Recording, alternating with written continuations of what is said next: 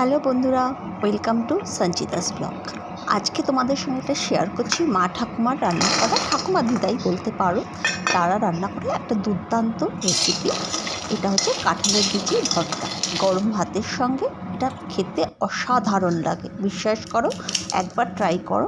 তবে আমি রেসিপিটা তাদের মতন করে দেখাচ্ছি না, কারণ তারা শিলে পাটায়, তাতে বাটতে অনেক বেশি টেস্ট হতো। কিন্তু আমরা এখনকার দিনে কজন আর পাটা ইউজ করতে পারি। তোমরা পারলে খুব ভালো পাটায় বেটো, কিন্তু আমি মিক্সার গ্রাইন্ডারে করেছি। তো তোমাদের রেসিপিটা দেখতে পাচ্ছ।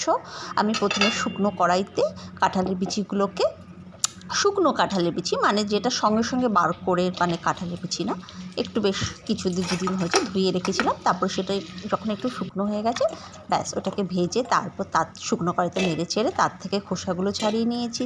কড়াইয়ের মধ্যে সর্ষের তেল দিলে ভালো হয়, তো সর্ষের তেল বা রিফাইন্ড অয়েল যেটা দাও দিয়ে এরকম একটুখানি রসুনটা একটু বেশি করে দেবে। রসুন আর শুকনো লঙ্কা তোমরা চাইলে বেশি দিতে পারো, ঝাল খেলে আমি কম খাই, কম দিয়েছি।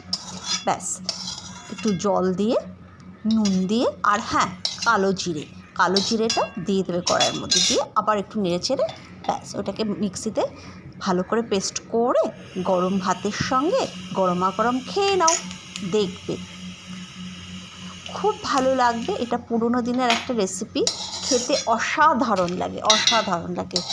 মানে যারা খায় না, মানে এইসব রেসিপিগুলো এখন রীতিমতন হারিয়ে যাচ্ছে। তো আমি রিকোয়েস্ট করব তোমরা এটা খেয়ে দেখো, আর আমার চ্যানেলটা ভালো লাগলে please like and subscribe. By.